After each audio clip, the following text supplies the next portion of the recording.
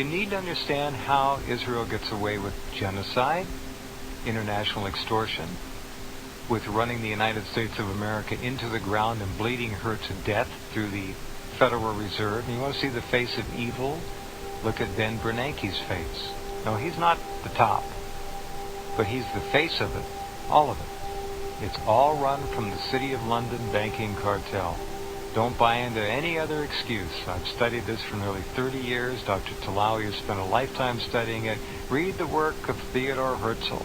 One of the goals of organized Zionism was to take charge of Orthodox Judaism and control it, and bring all of those people into the programmed mindset that Israel's right to exist was paramount and is paramount on the planet, as are the chosen elite of God, him or herself, the Jewish people. This has all been accomplished in the last 100 years. That's why there are organizations like Jews Against Zionism and others, and the heroic Mordecai Vanunu and other Israelis, Jewish, Christian, atheist, Arab, it doesn't matter. There are a lot of people who understand what's going on, and many of them are basically even held captive in Israel. They can't speak out. Many do. There are heroes over there, and we need to honor those people. Here's what Vanunu said when Dr. Talawi asked him. The question is this from Dr. Talawi. One of the Israeli professors said a few months ago that, quote, we have the nuclear capability of hitting every major European city, end quote. Is that true to your knowledge? And Mr. Vanunu said, yes, it is true.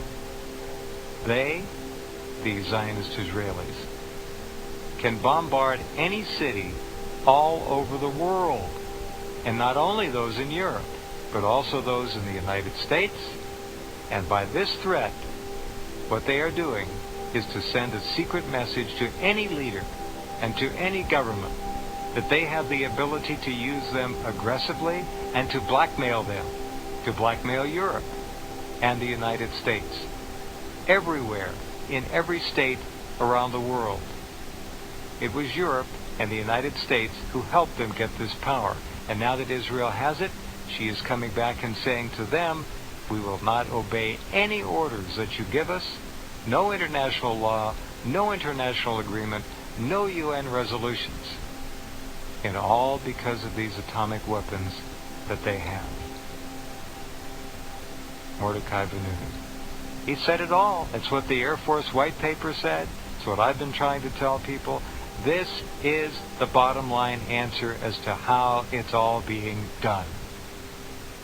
Hisham, go ahead. And Jeff, if we look at the history of Israel, it has very much stumped over all UN resolutions against what they're doing.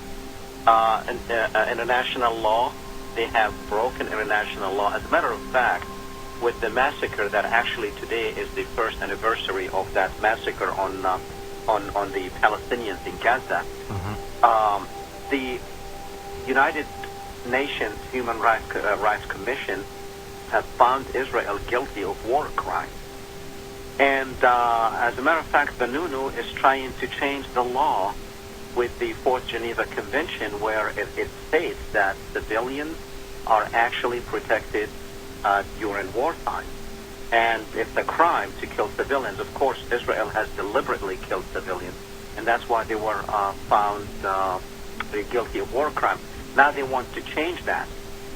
As soon as the United Nations Commission, Human Rights Commission, has actually said that about Israel, Netanyahu assembled a team of attorneys to change the law. Now, last week or the week before, I don't know when Obama accepted the Peace Prize, I think it was 2 weeks ago. I mean, longer than that, but whatever. About 3 weeks ago, whatever. Just recently. In his speech, unfortunately, not too many people saw that, and not too many people actually said anything about it. In his speech, and I don't have his speech right here in front of me, but you can go on the internet and look up the speech where he talks about where it's vague, the picture between combatants and civilians, that there's ambiguity, of how to differentiate between the two. It's there. It's in his speech. Now, of course, it is not clear and right there in your face like I just said it. But you can read it, and I wish if I had, I did not think I was going to be mentioning this, otherwise I would have had it in front of me to give you the exact quotation.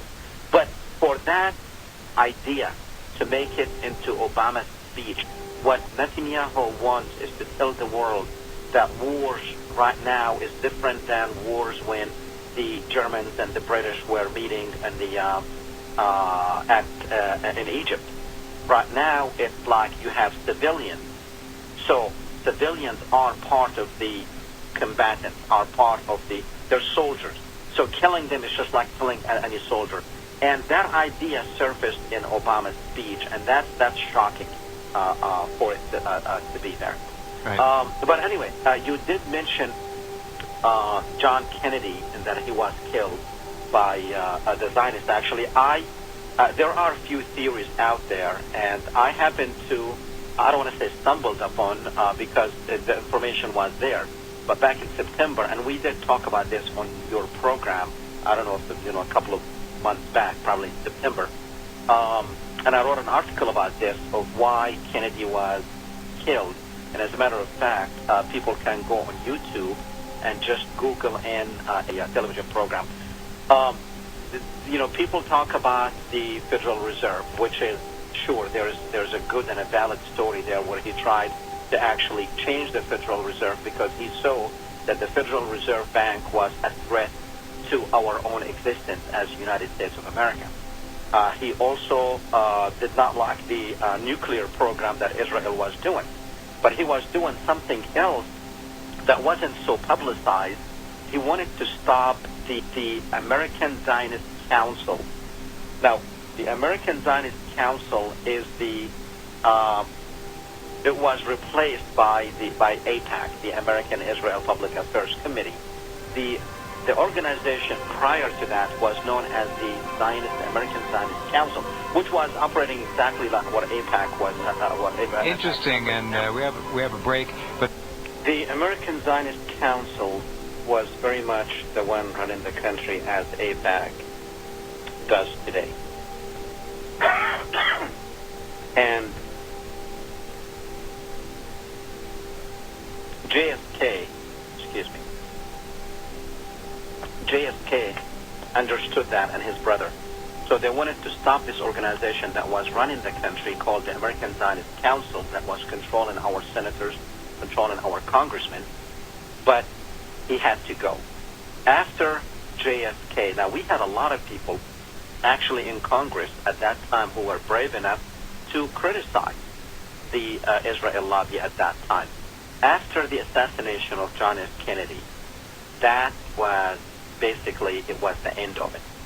You find one congressman here and there that actually still criticizing Israel, right. Like Dennis Kucinich every once in a while. That's when the anti-Semite hammer began to be used on everyone to bludgeon them into submission. Well, too many, not just of course, that's the killer. That's the weapons of mass destruction, which is when they label you by being an anti-Semite, that means the end of everything you're doing, your business, your future, your family, everything. And, just now, Jim Trafficant, he's out of jail, and I understand, he's locked to get back in the race again. Yes, let's hope he makes it, boy. That would be great. A real Sure, it will be great, and we will see exactly how these people operate.